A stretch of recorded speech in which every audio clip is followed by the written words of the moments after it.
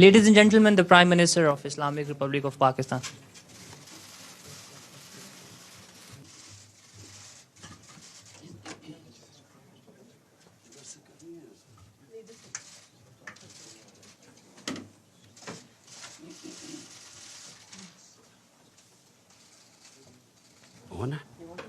On. You start.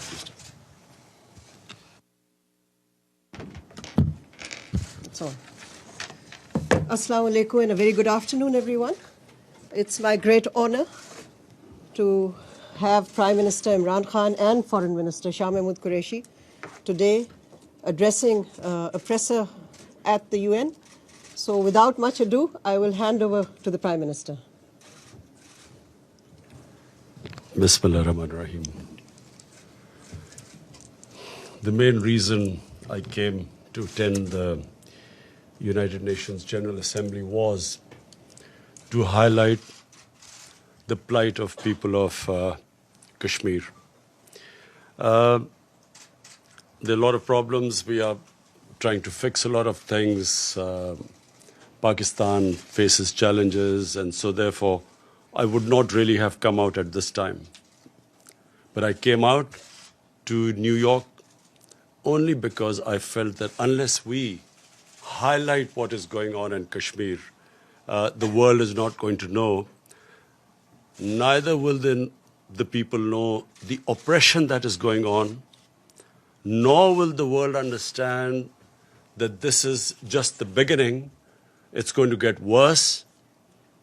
And there's a potential that two nuclear-armed countries will come face to face at some stage. So hence, I felt that it is extremely important that we highlight what is happening in Kashmir amongst the world leaders and a forum like the United Nations General Assembly. Today, 50 days, people of Kashmir have been locked down by 900,000 soldiers. For 50 days, there's no news coming out of Kashmir. There's a total news blackout. I have met Kashmiris in New York who have complained that they can't get in touch with their families. They don't know what's going on. We know of mass arrests. We know that the entire leadership of Kashmir, even those leaders who were pro-India, who wanted to be part of India, even those Kashmiri leaders are now somewhere in jail in India. We know that young people, boys, have been picked up. We know that the hospitals are not functioning. One of the members who came to see me, who belongs to Kashmir, told me that his relative suffers from dialysis, has kidney problems, so has to have dialysis, and he's fearing for his life. So basically, my whole point of saying, of coming here was to highlight this. This is unprecedented. 8 million people in an open jail is unprecedented in this day and age. And then this nonsense that this is a part of India, so the world should stay out. Just to remind the world that there are 11 Security Council, UN Security Council resolutions that recognize Kashmir as a disputed territory and which gave the right to people of Kashmir the right of self-determination through a plebiscite to decide their destiny. That right has been given to the people of Kashmir. For 70 years, this plebiscite never took place. And then unilaterally, this BJP government has annexed Kashmir. They have gone against their own constitution. They've revoked the constitution of Article 370. And so what we fear now, the next point is what is going to happen. What we fear, and which is the stated aim of the BJP government, that they will change the demography of Kashmir.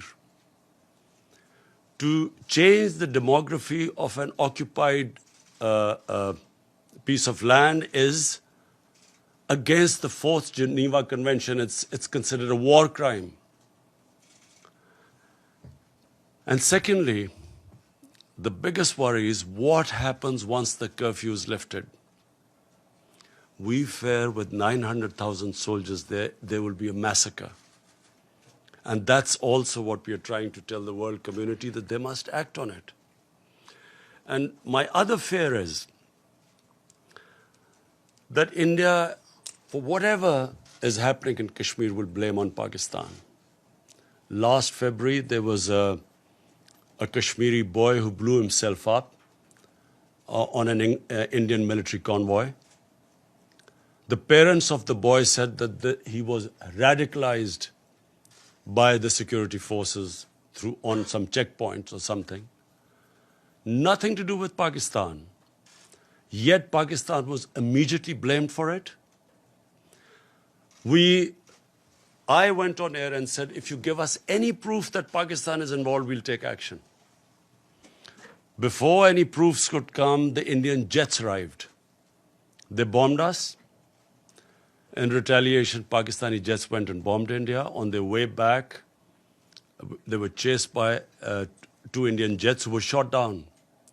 Immediately, we returned the pilot who fell in Pakistan, and we returned to India.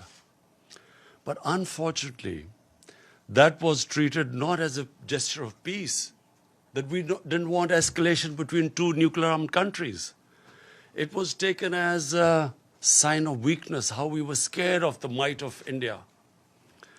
And the sad fact is that unfortunately, India today is governed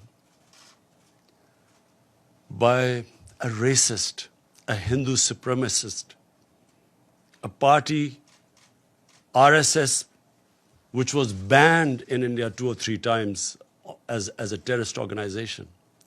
RSS was responsible for the assassination of Mahatma Gandhi. Prime Minister Narendra Modi, who is a life member of RSS, was responsible for the pogrom which took place in Gujarat, where 2,000 people were butchered, burnt, under his chief ministership, and for 3 days the state did not do anything. 150,000 people became homeless, Muslims became homeless. Unfortunately, India is past 6 years, is being governed by an extremist party. It believed in the ethnic cleansing of Muslims from India. This is what the founding fathers of RSS, you can just Google and read what they said, who they were impressed by. Adolf Hitler, Mussolini were their role models. This is all, you can just Google it and you'll find. And this is what we face right now. The moment my party came to power, we tried to do everything to mend our relationship with India. I approached him, I called Prime Minister Modi, said we have similar problems. You and we have poverty, unemployment, and of course climate change is going to affect both Pakistan and India. And all these efforts were rebuffed. We thought it was because of the election campaign. We thought maybe, a nationalist party would pander to its base. So we waited till after the elections. And once the elections were over, we again approached them, and then we found that they were trying to push us into the FATF blacklist to bankrupt Pakistan. That's when we realized there was an agenda. And of course, on 5th August, the agenda came forward. They do not consider Muslims as equal citizens. Neither do they consider Christians as equal citizens. They do not believe in the Nehru-Gandhi secular, plural Indian society. India is changing, has changed in the 6 years. I know India. I have friendships, I know through cricket, I know the India of Nehru and Gandhi, and I know what is going on now. So I'm alarmed, and I think the world leaders need to know. I've spoken to the world leaders. I've spoken to President Trump. I've spoken to Boris Johnson, the British Prime Minister. On telephone, I've spoken to Angela Merkel, to President Macron of France. I've spoken to the Muslim leaders. And this is the time for world to act before this goes too far. Because this is the first time after the Cuban crisis, two nuclear-armed countries are going to come face to face. And what we fear is already the statements that are being given, that terrorists are being lined up on the borders of Kashmir, waiting from Pakistan to go inside. What sort of a nonsense is this? What possible benefit is Pakistan going to have now sending in terrorists when there are 900,000 security forces there? All that will happen is that there will be more oppression on the people of Kashmir. Why would we want to? What will be achieved from that except Pakistan will be blamed, and secondly, there will be more oppression of the people of Kashmir. But this is typical. I've heard Prime Minister Narendra Modi talk about this, that Pakistan should stop terrorism. What is worse than this sort of state terrorism that is going on? How can anyone justify 8 million people locked up inside? What justification could there possibly be for this? For 50 days? Meeting cancelled here. Anyway, I hope that, by the time I leave here, I will be able to apprise everyone of the situation. I also want the United Nations they have a responsibility. After all, it is the United Nations Security Council resolution that gave the Kashmiris the right of self-determination. And what is happening to them right now, responsibility lies on the United Nations too. And also, I think, finally, of the world leaders, the big countries, the powerful countries, I would urge them to look beyond big markets. There are certain, if this thing goes wrong, the effects will go way beyond the borders of the subcontinent. And this obsession with big markets and trade and all that, this is serious. And I again repeat, we do not know what will happen after the curfew is lifted. And my fear is that with 900,000 troops there will be a massacre. Yes, Mr. Prime Minister. Wait, Mr. Prime Minister. Michelle from Reuters, please go ahead. Thank you, Prime Minister. Michelle Nichols from Reuters. On behalf of the UN Correspondents Association, thanks so much for the news conference. There was a report earlier, as you said, you met with President Trump yesterday. There was a report earlier today that President Trump has asked you to mediate between the United States and Iran. Is that true? Can you elaborate? Has President Trump asked you to take a message to President Rouhani? Before President Trump, I stopped over in Saudi Arabia because of the drone attacks on their oil facility. And I spoke to Prince Mohammed bin Salman, and he also asked me to talk to the Iranian president. He knew I was meeting him. And so also President Trump asked me that if we could de-escalate the situation and maybe come up with another deal. So I did convey this, and yes, we are trying our best.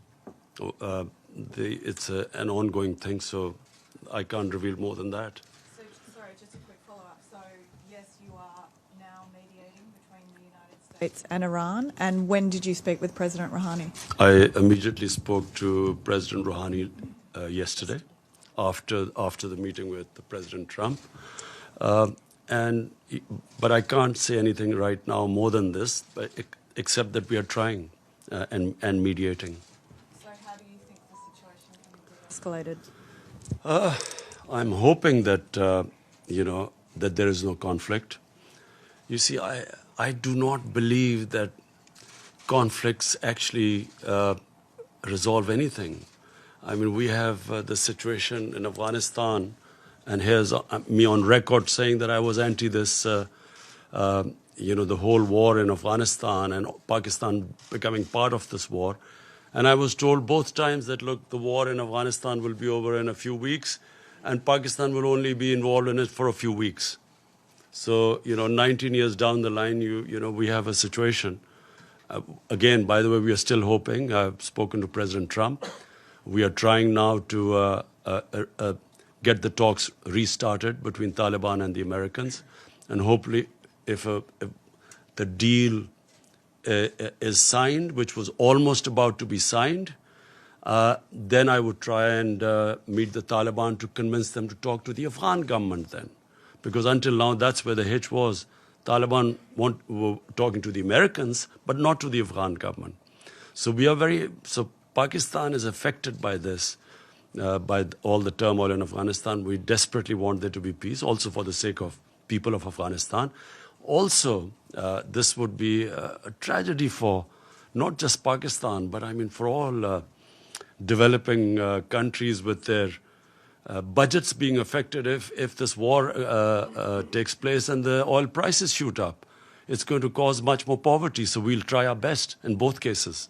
Thank you. James, Al Jazeera, and after this, if I can't identify somebody, please identify yourself before you ask a question. James, go ahead. James Bays from Al Jazeera. On Kashmir, I've heard absolutely everything you've said, but I still want to ask this question. You're here in New York. Prime Minister Modi is here in New York. You both had meetings with President Trump. Is there a possibility of face-to-face diplomacy? Is there a chance for diplomacy on Kashmir? Look, before 5th August, Pakistan tried everything. I spoke to President Modi too, saying we have similar problems. Our problem is poverty, above anything. The responsibility of the head of state above anything is to get people out of poverty. And conflict is one that creates poverty. And sadly, as I said, there was no response. Now, after the 5th of August, I'm afraid what is the point of talking now? What they had done to Kashmir, unless and until they lift the curfew and then restore that Article 370, there's no chance of talking. So that's why we've asked President Trump and other world leaders to intervene. The lady in pink right here. Thank you very much. Mr. Prime Minister, you're a man of enormous sophistication, and you're aware, I know, that there are very often forces behind the kinds of conflicts you're facing now. You have mentioned the Security Council. Now, one of my concerns, if this issue becomes before the Security Council, is there has been a tendency to attack Islamic countries, Iraq, Libya, and now Syria. And wouldn't it be risky to get the Security Council, with its multiple interests conflicting, involved in this? What would your expectation or hope be? Look, if ever the Security Council has to move, it's now. And I'll say for two reasons. One, the people of Kashmir are suffering simply because the Security Council could not implement its decision to allow them the right of self-determination. The 11 resolutions. So it's their responsibility. 8 million people are locked inside for 50 days. It's inhuman. So what is the Security Council for then? Second, this has a potential of the unthinkable. Two nuclear-armed countries face to face. Surely the Security Council came into being to stop this. This is as bad as it gets. Yeah.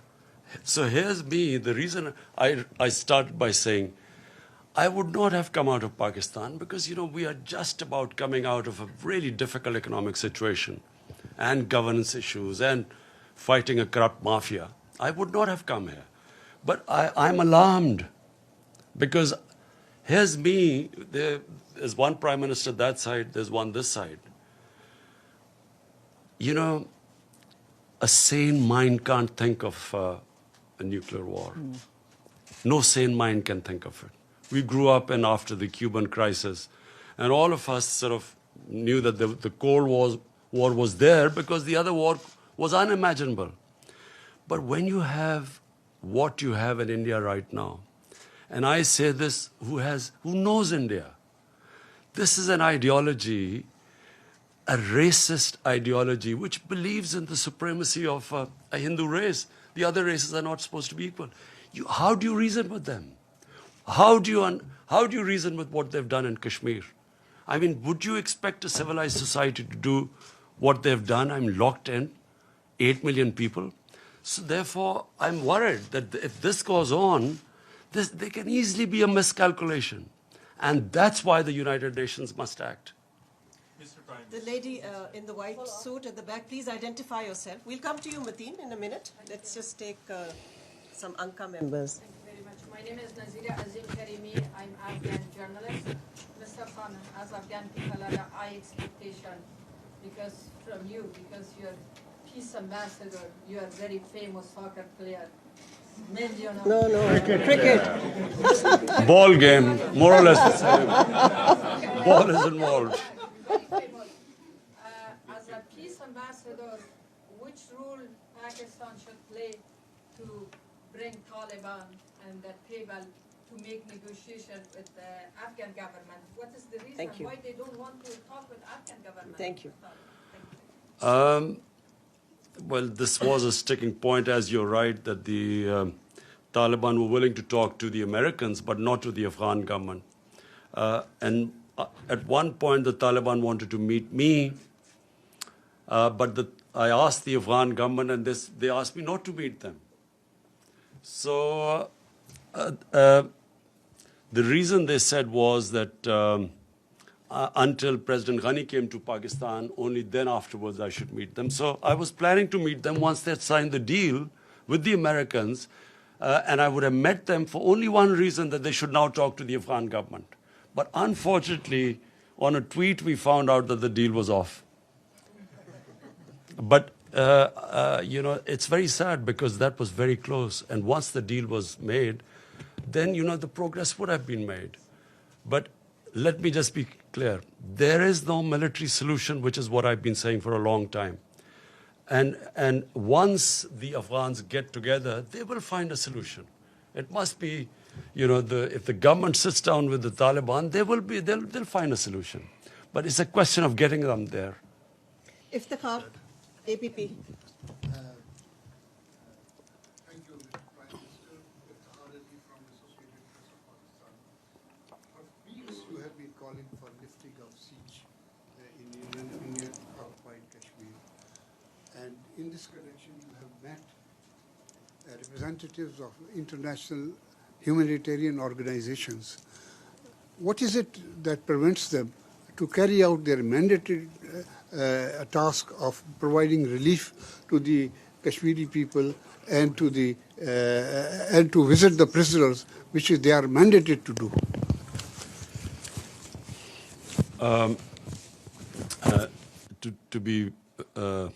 To be absolutely frank, I am a bit disappointed by international community.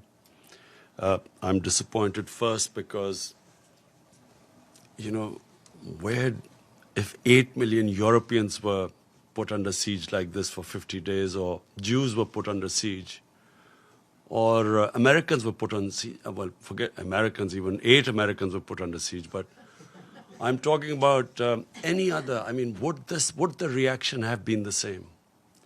They make statements, and there is no pressure as yet on Narendra Modi to lift the siege. So we will keep mounting the pressure. And I will tell the UN, I'm speaking on Friday, I will tell them that if there is a massacre, what are 900,000 troops doing there? When India says that, Pakistan is sending these terrorists, 500 terrorists, what can 500 terrorists do in front of 900,000 troops? Why would you send 500 terrorists, as what they're saying? 900,000 troops are not to fight terrorists. They are to control, intimidate, and subjugate a population. And population, the entire Muslim population, I mean. This is why it is going to have repercussions far beyond Kashmir. Because 1.3 billion Muslims are watching this.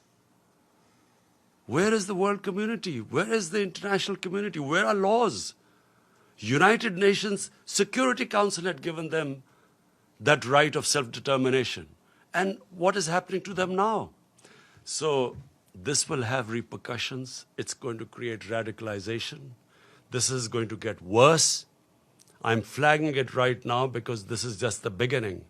Once the curfew is lifted, God knows what is going to happen after that.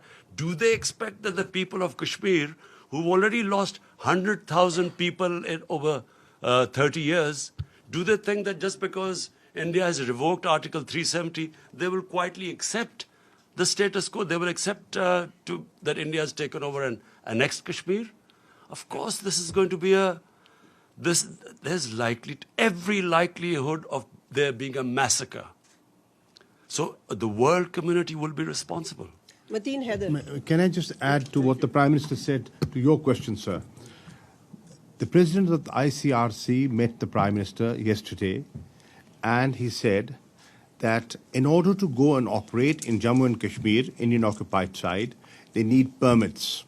They've applied for permits, and they have neither been refused nor been given permits. So practically, they're inaccessible. Yes, Mr. Prime Minister over here, Mateen Haider, Mateen. So you just expressed disappointment over international community's cold response. But you are saying at the same time you are making all efforts, meeting world leaders. What is the reason India is unmoved? And when you met President Trump, again he said that he is ready to mediate if requested. So when he will be requested, and the second part of it, how serious is the threat of attack or adventure from the Indian side, and what is your defense preparation?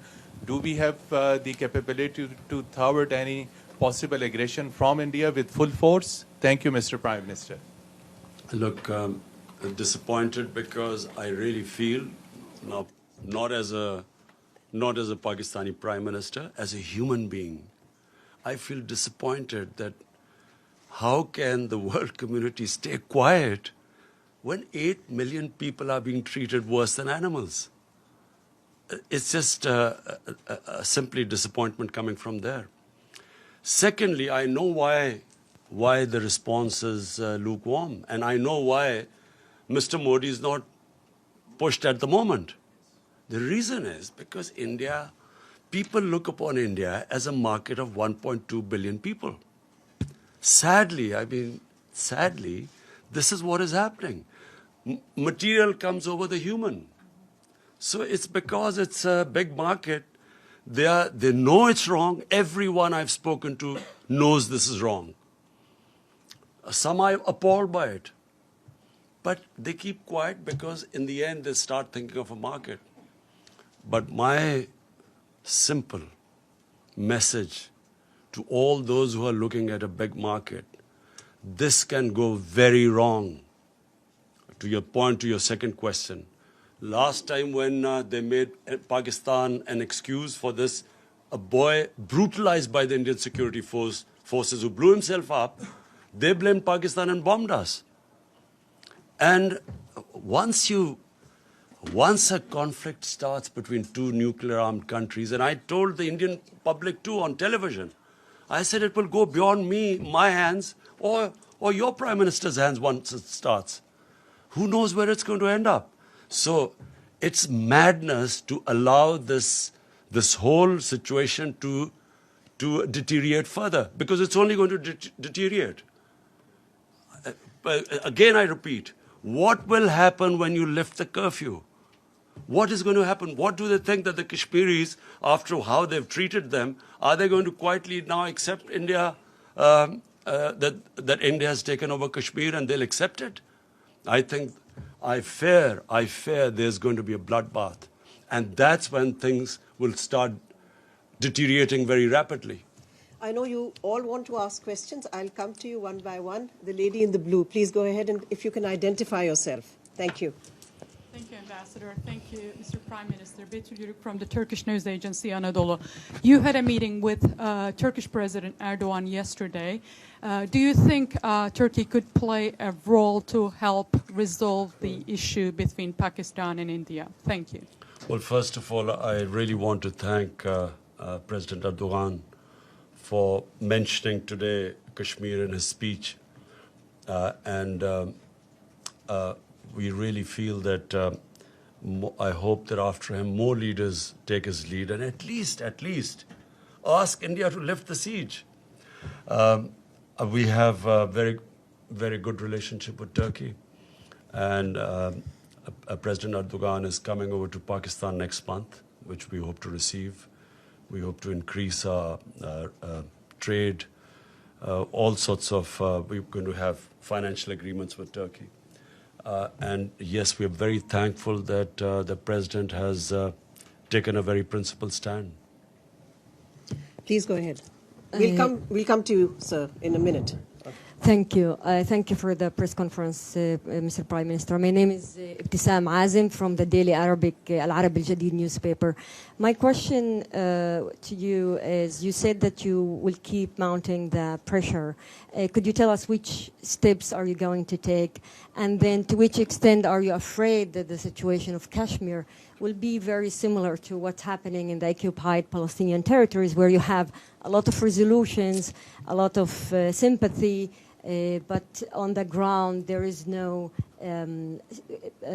concrete steps to help the local people. Thank you very much. You see, just like until the Palestinians are given a just settlement, there will always be a problem there. But, you know, of course, Israel is very powerful and probably at the peak of its might. And so for the time being, they've put a lid on it. But eventually there has to be some settlement there, with a just settlement where the Palestinians have a homeland. I think that Kashmir is going to be a bit different. For 30 years, people of Kashmir have wanted, this freedom movement has grown. Today, the act done by the Indian government of shutting people in their homes for 50 days has alienated the entire spectrum of Kashmiri public. There were at times people who were pro-Indian and who were, as I say, there were Kashmiri leaders like Umar Abdullah and Mehbooba Mufti who were pro-India. Today, no one will be able to ever get a vote in Kashmir who's pro-India because of what they've done. And they've actually, what the BJP government has done is it has actually told the Kashmiris that you're not equal human beings. They do not consider them human beings. Only, hence, a mindset can put people inside what they've done. And not thinking through what happens once the siege is lifted. I do not think Narendra Modi knows what's going to happen. The gentleman right here. Yes. After this, we are going to have an OIC summit meeting. We will gather all the Muslim countries simply for one thing. The only reason the people of Kashmir are being subjected to this is because they're Muslims. And this is resonating in 1.3 billion Muslims. And it's very important for Muslim world to play its part, because they're only suffering because they're Muslims. The Hindu Kashmiris are not suffering. And that's why it is important for them to take a stand. Because if the Muslim countries don't take a stand for whatever reason, for their own trade or whatever agreements, that's what leads to radicalization, when the governments do not express the wishes of the people and when they see injustice. So I hope that, the Muslim countries, we will have the OIC meeting next month. Joseph Klein of Canada Free Press.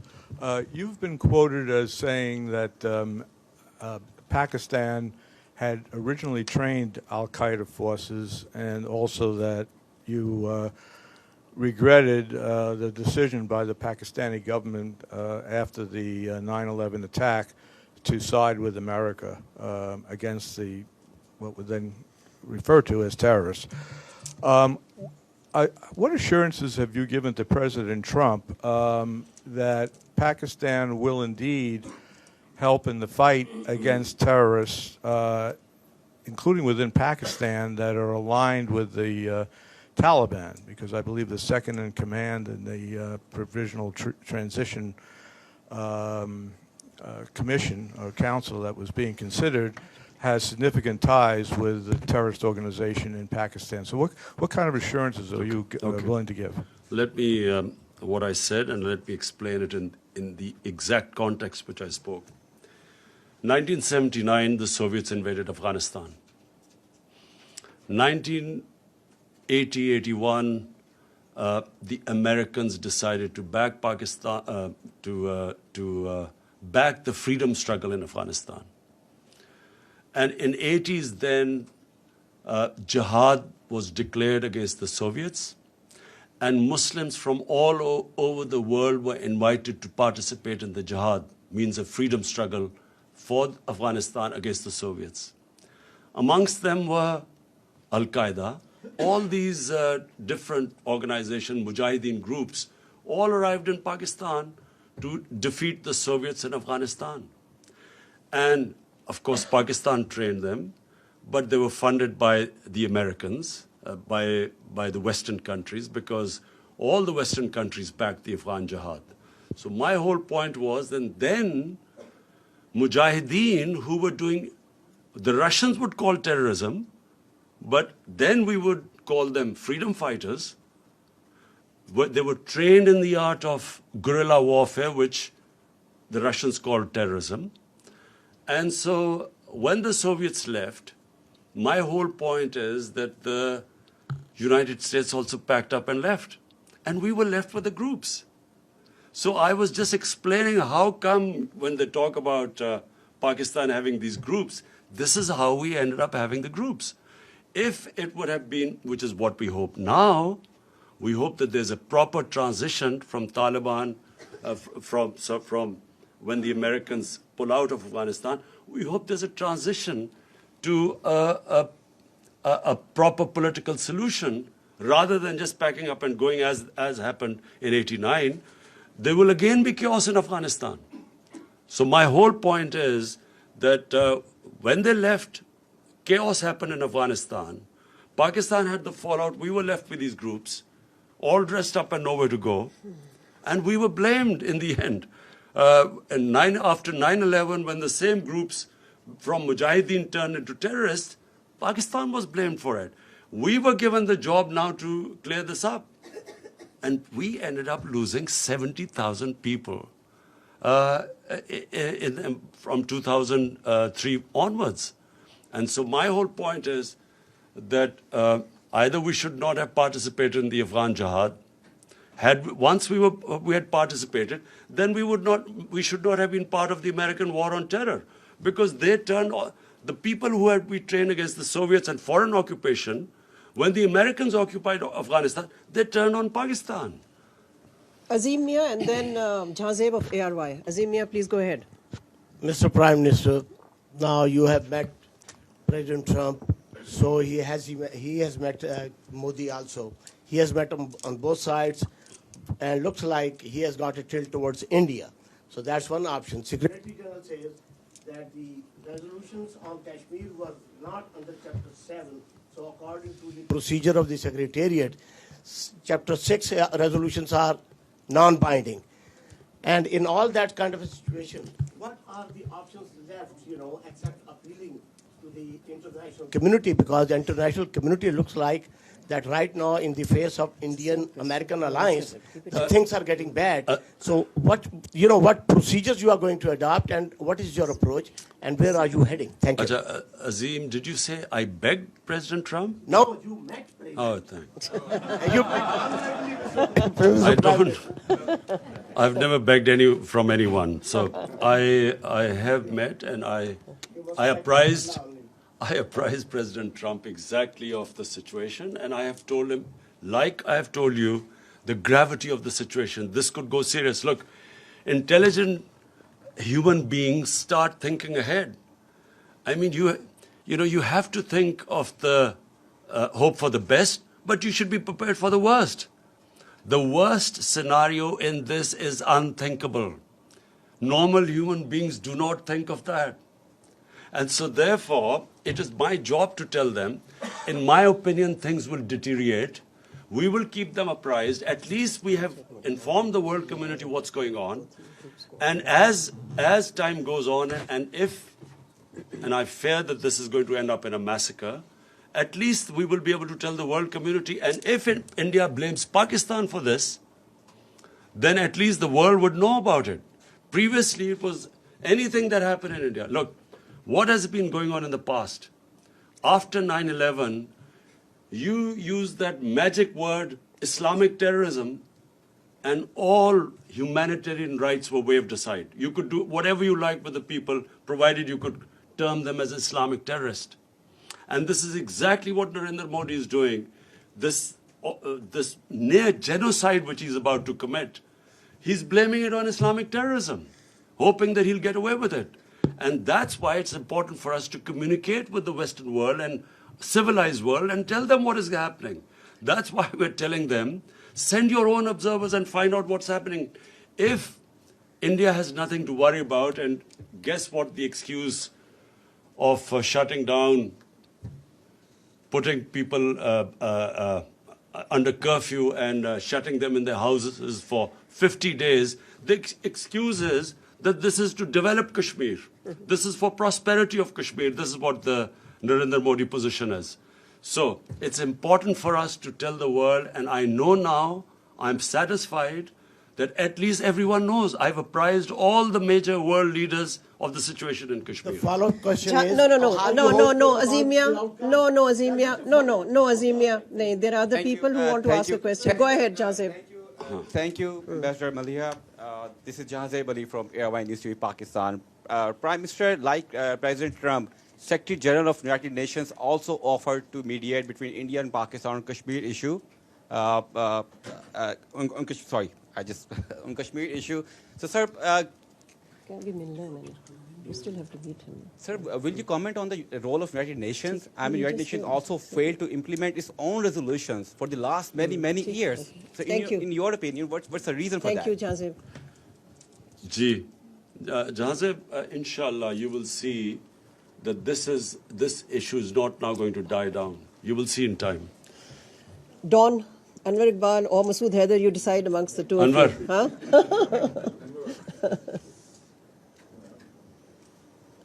Sorry. Ji.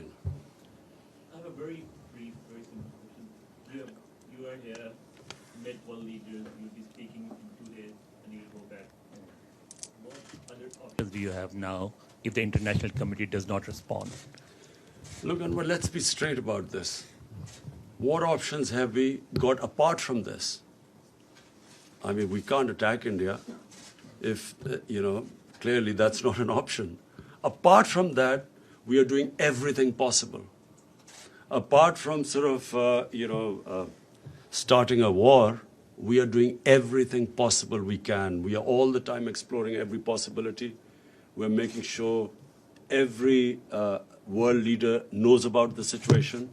I will be speaking on Friday as well, and I will try my best to make the world understand. And then media, I'm going to... you see, I believe that the media is very powerful. The Western media, I had meetings last night, and I realized that a lot of them already know what is going on. And so I know what happened in Bosnia. When the ethnic cleansing of Muslims started in Bosnia, for a while the world did nothing. But the media put such a pressure that eventually the world had to do something.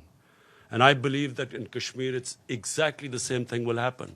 Even though countries are worried about their economic interests and markets, I believe that this is a much bigger issue than markets and economic interest. And eventually the world will be interested. Let's take Hassan from the Daily Times. Mr. Prime Minister, in the past we have seen we had General Musharraf 4-point formula and we also had a Chenab formula. What proposal would you suggest to resolve Kashmir if you were able to talk to India in the near future? For a start, they have to lift the curfew. That's the beginning. I mean, this inhuman curfew of 50 days Even the Congress party in India has commented that poor people have been shut inside for 50 days. 50 days they've, no one knows what's happening with all the prisoners, political prisoners, thousands of them. Thank you very much. In that formula, there was a problem. And the problem was the third party, the most affected party, the Kashmiris, were not in the loop. We have one last question. Go ahead. Muhammad Ikram, Voice of America, U.S. service, we broadcast to Pashto region, Pakistan, Afghanistan. Did Trump ask you to play some role or active role in Afghanistan? And did he told you something about to put some pressure on Taliban? And whatever you told him. I'll repeat what I said. We were very surprised because the deal was about to be signed when from a tweet we found out that the deal had been broken. So what we hope is that, and what we will try and do, is to actually get back that deal to be signed. And then Pakistan will do its best to get the Taliban to talk to the Afghan government. We're done. As we know that there is no word of disappointment in your dictionary. Really appreciate as you have conveyed Pakistan's narrative loud and clearly across the world. During these days, you have met with different head of states, including Donald Trump.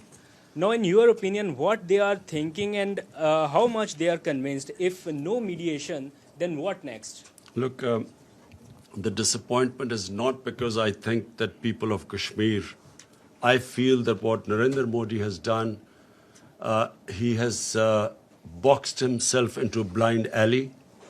There is nowhere for him to go from now onwards except a general massacre of people of Kashmir when the curfew is lifted. There's no other way for him to go.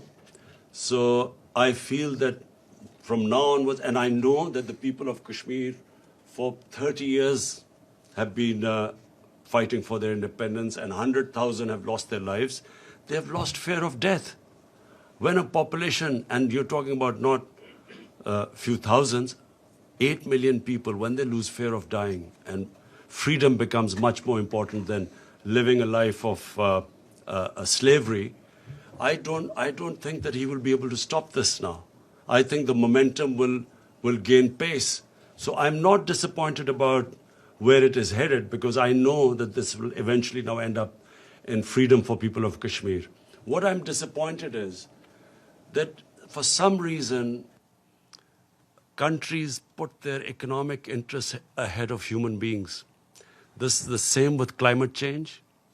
Countries, because of not wanting to lose their growth rate, do not realize that what impending disaster this climate change is bringing to the world.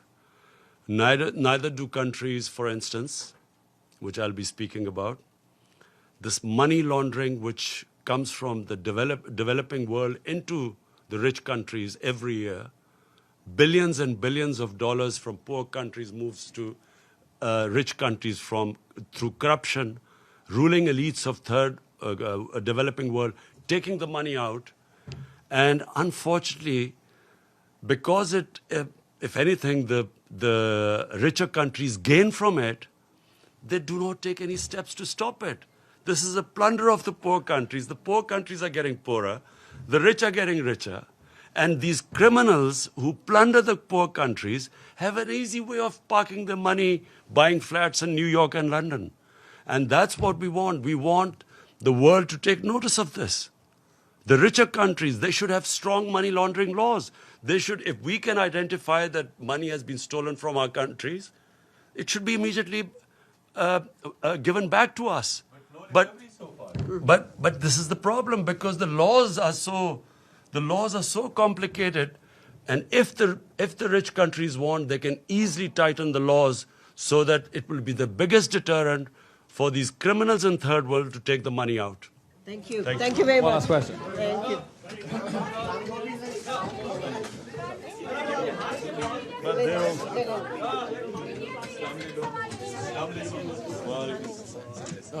है वो allowed तो होता नहीं है Pakistani media कहाँ allow करते हैं? नरेंद्र मोदी के उसमें